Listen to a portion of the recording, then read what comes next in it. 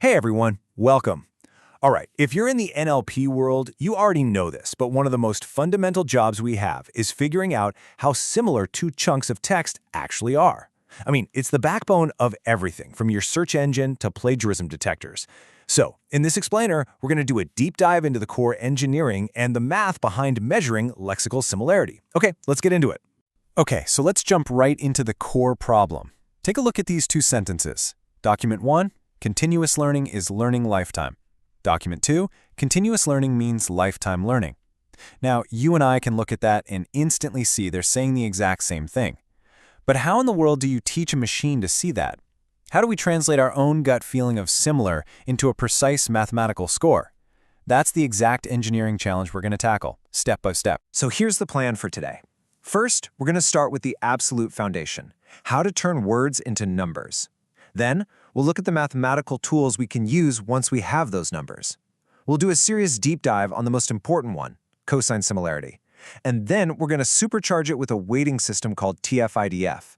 And finally, we'll just take a quick peek at some of the other metrics out there so you have the full picture. First things first, before we can measure a single thing, we've got to do this super important translation step.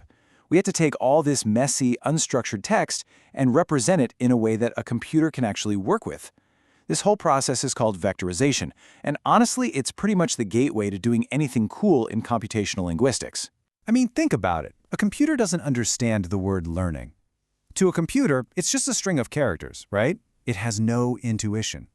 So our job is to convert these words and the documents therein into something a computer does understand, mathematical objects. Specifically, we're talking about vectors in a high-dimensional space. And this whole thing follows a pretty standard data processing pipeline. It's a logical flow. We start with our raw text, what we call a corpus. Then we clean it up in a pre-processing step. From that cleaned up text, we build a master dictionary, our vocabulary. And finally, using that vocabulary as our guide, we can represent each of our original documents as a numeric vector. Let's walk through it with our example. Okay, so here's the raw material we're going to be working with. We've got this tiny little corpus of 3 documents. And you can see they share some words, but they also have their own unique ones. We've also defined a set of stop words. These are the common words like is, means that don't really carry a lot of unique meaning. Our very first step is to just get rid of these to cut down on the noise. All right, so the process is simple. We're going to go through our documents, toss out those stop words we just talked about, and then we just collect every single unique word that's left over. And this list, this is our vocabulary. It's what defines the actual dimensions of our new mathematical world. And boom, here it is. Our final vocabulary has 5 unique terms. Now, this is the key mental shift you have to make. Stop thinking of these as words. I want you to start seeing them as axes in a 5-dimensional space. The first dimension is continuous, the second is learning, the third is lifetime, and so on. Now, every document we have can be plotted as a point in this 5D space. Okay, so now we use this vocabulary to actually build our vectors. It's pretty straightforward, really. For each document, we just count how many times does each word from our vocabulary show up. So for document 1, continuous appears once, learning appears twice, lifetime once, and the other 2 aren't there at all. So its vector, or you could think of it as its address in this 5D space, is 12100. And just like that, we've successfully translated text into numbers. Great, we have our vectors. Now what? Well, our original question was, how similar are these documents? So we can now rephrase our original question. It's no longer how similar are the sentences, it's how close are these vectors in our 5-dimensional space? And lucky for us, to answer that, we have a whole toolbox of mathematical metrics. So here's a quick look at the toolbox. And you'll notice they basically fall into 2 camps. You've got similarity measures, where a bigger number means they're more alike, and then distance metrics, where a smaller number means they're more alike. That's a key distinction. For today, we're going to focus on the most popular, and you could argue the most powerful one for this job, cosine similarity. Okay, let's zoom in on cosine similarity, because this is where things get really clever. The absolute key insight with cosine similarity is that we often care way more about what a document is about, its topic, than how long it is.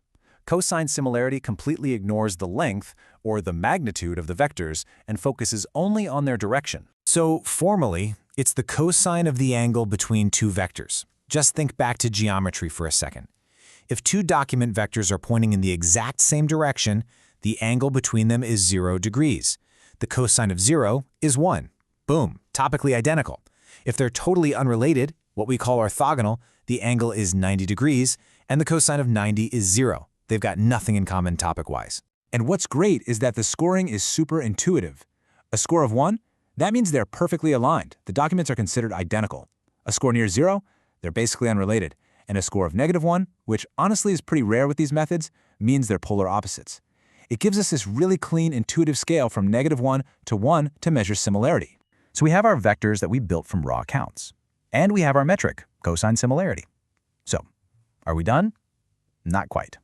See, there's a sneaky little problem with our simple term count vectors. We can make them way smarter. And the way we do that is by upgrading from raw counts to a much more meaningful weighting scheme called TF-IDF. So here's the problem. In our tiny corpus, the word learning shows up everywhere. It's common. But the word practice only shows up in one document. It's rare. Intuitively, we know that the word practice tells us way more about what makes document 3 unique than the word learning does. Raw counts just don't get that.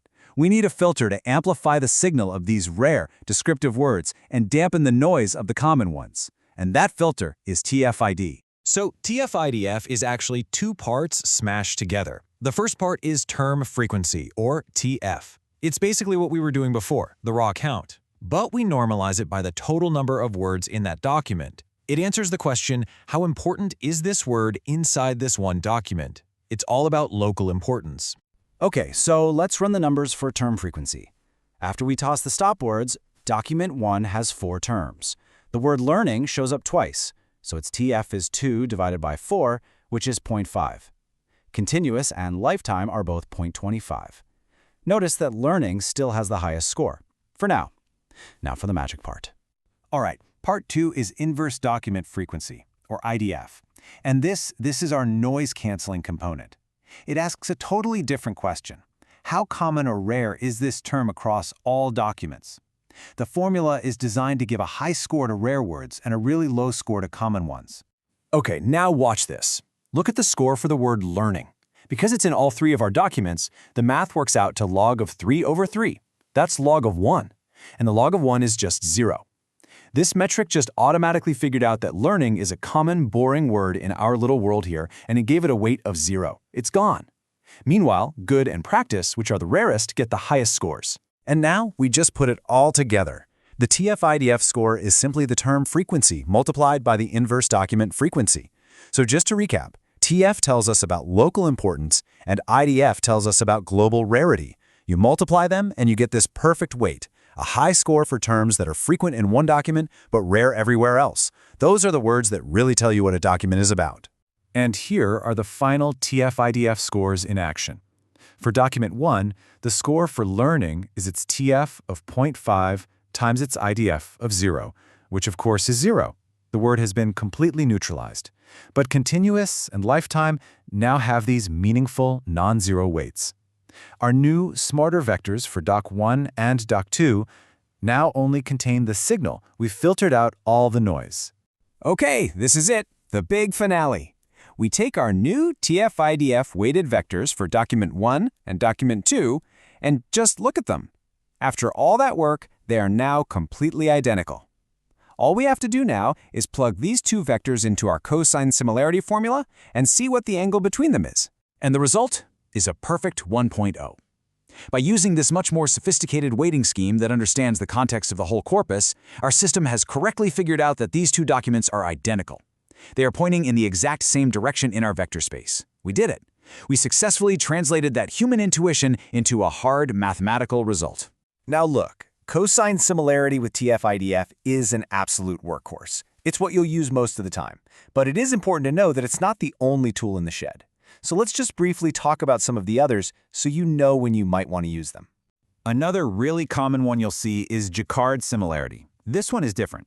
It doesn't care how many times a word appears. It just looks at each document as a bag of unique words and asks a simple question. Of all the unique words between these 2 documents, what percentage of them are in both? It's super fast and great for tasks where you just care about simple overlap, like comparing the items in 2 different shopping carts. This is a really critical point for any engineer in this space. You have to know the difference between similarity and distance. With similarity scores like cosine or Jaccard, bigger is better, and they're usually in a nice clean range like 0 to 1. With distance metrics, like Euclidean distance, which is just the straight line ruler distance between 2 points, smaller is better. A distance of 0 means they're the same thing. You've got to know which one you're using to interpret your results correctly. And that brings us to the big final thought here. Everything we did today, it's all based on lexical similarity, the similarity of the actual words. Our system is smart, but it has no idea that king and queen are related, or that buy and purchase are basically the same thing. It is totally blind to meaning. So the real question, the one that I want to leave you with, is this. How would we take this to the next level? How could we build a system that measures that deeper, semantic similarity? Well, that's the next frontier. And it's what leads us into the really exciting world of things like word embeddings and huge deep learning models.